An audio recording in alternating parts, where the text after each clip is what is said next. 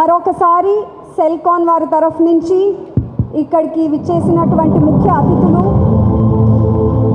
గౌరవనీయులు government and non government organisations నుంచి వచ్చిన అధ్యక్షులందరినీ సాదరంగా ఆహ్వానిస్తూ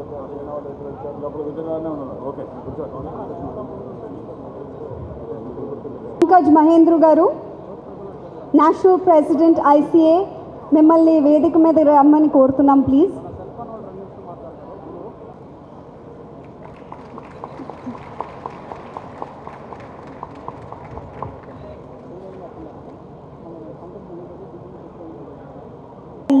నెలకి 5 లక్షల పైగా మొబైల్ డివైసెస్ అమ్మే స్థాయికి వచ్చిందంటే that Indians and particularly the Telugu people have contributed. Cellcon Mobile started in 2009 is the brainchild of mobile devices across the length and breadth of the country every month. Cellcon's mantra is innovation at affordable prices because technology is an enabler for ease and convenience of living and business, and it's Cellcon's mission to facilitate smart జ్యోతి ప్రజ్వలన కోసం ముందుకు రమ్మని కోరుతున్నాము. We thought we will have to set up the biggest electronic park in the state of Andhra Pradesh. The time pioneer, we did it all. ఇదే జిల్లాలో పుట్టి పెరిగినాను, ఇదే జిల్లాలో factory. Hi Guru Garu, CMD Cellcon Mobiles to address the gathering.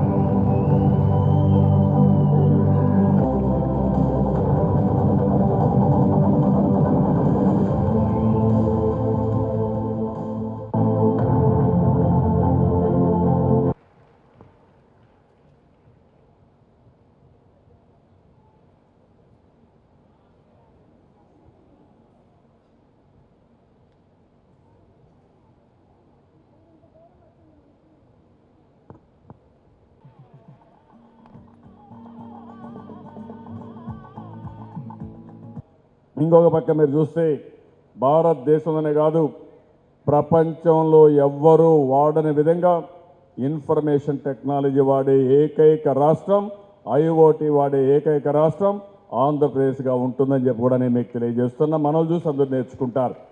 ఇప్పటికే మీరు experience చేస్తూ ఉంటారు. అటెండెన్స్, బయోమెట్రిక్స్, వెల్ఫేర్ ప్రోగ్రామ్స్ అన్నిటికీ బయోమెట్రిక్స్ కానీ Irish, me street lights sensors, me ground water, rainfall, temperature, forecasting of monsoon, everything on real time. ప్రపంచంలో ఉండే knowledge మొత్తం తీసుకొస్తున్నాం, ప్రపంచంలో ఉండే టెక్నాలజీ మొత్తం తీసుకొస్తున్నాం. ఇవన్నీ ఇంటిగ్రేట్ చేసి అల్టిమేట్గా నేను అనుకున్నది రియల్ టైం గవర్నెన్స్ ఇచ్చి ఏ ఒక్క వ్యక్తికి కూడా ఇబ్బంది లేని విధంగా పరిపాలన సాగించాలి. నీతివంతమైన పాలన ఇవ్వాలి, సమర్థవంతమైన పాలన ఇవ్వాలి. ఆంధ్రప్రదేశ్ రాష్ట్రం అభివృద్ధికి చిరునామాగా మారాలనే ఉద్దేశంతో నేను ముందుకు పోతున్నా. ఇంకొక విషయం మీరు చూస్తే రాబోయే రోజుల్లో 15 సంవత్సరాలు 12 నుంచి 15% గ్రోత్ రేట్ ఉంటుంది. అదే సమయంలో సస్టైనబుల్ డెవలప్మెంట్ గోల్స్ కింద ముందుకు పోతున్నాం. ఇంకొక పక్క మీరు చూస్తే కుటుంబ వికాసం, నేను అదే ఈరోజు చైనీస్ కూడా చెప్పాను. నేను ఆలోచించేది సంపద ఎంత ముఖ్యమో ఆనందం కూడా అంతే ముఖ్యం. హ్యాపీనెస్ ఉండాల్సిన అవసరం ఉంది, దానికి కూడా దోహదం చేస్తున్నాం. ఇలాంటి వినూత్నమైన పాలసీల వల్ల ఈరోజు మనం ముందుకు పోయేదాని వల్ల చాలా వరకు పెట్టుబడులు వస్తున్నాయి. ఈరోజు ఇక్కడ చూస్తే ఎలక్ట్రానిక్స్ పార్క్ ఒకటి వచ్చింది, రెండోది కూడా శాంక్షన్ అయింది. మొదటిది 110 ఎకరాలు చేశాం, రెండోది 500 ఎకరాలు చేశాం.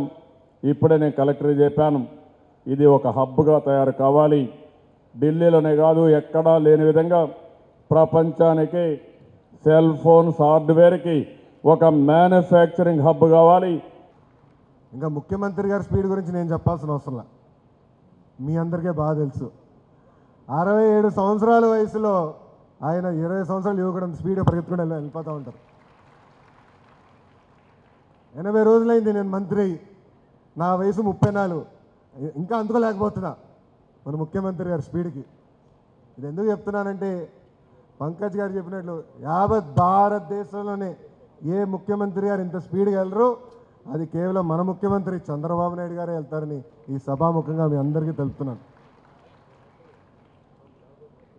ఇవన్నీ పంచాయతీరాజ్ గ్రామీణ అభివృద్ధి కాకుండా ఐటీ ఎలక్ట్రానిక్ శాఖ మంత్రి చేసిన తర్వాత నేను ఒక్క నిర్ణయం తీసుకుంటాం జరిగింది.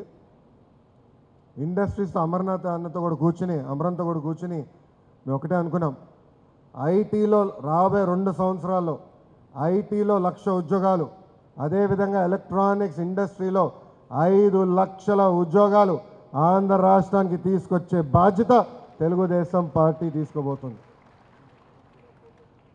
ఈ సభాముఖంగా నేను ఒకటే హామీస్తున్నా, ఈ రేణుగుంట క్లస్టర్ ఈ EMC1 EMC2లో రాబోయే 2 సంవత్సరాల్లో 1,00,000 ఉద్యోగాలు, టైము డేట్ రాసుకోండి, 1,00,000 ఉద్యోగాలు 2019 లోపల తీసుకొచ్చే బాధ్యత వ్యక్తిగతంగా నేను తీసుకుంటానని సభాముఖంగా హామీ ఇస్తున్నా.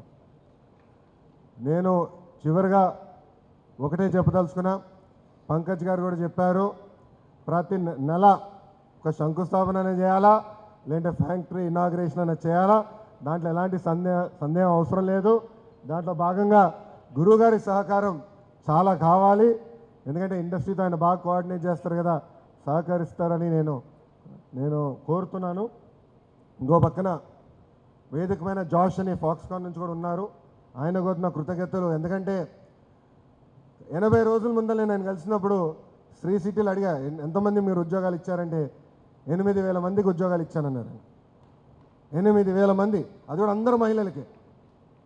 ఈరోజు అడిగా, సార్ ఎంతవరకు వచ్చారంటే 12,000 మందికి వచ్చారన్నారు.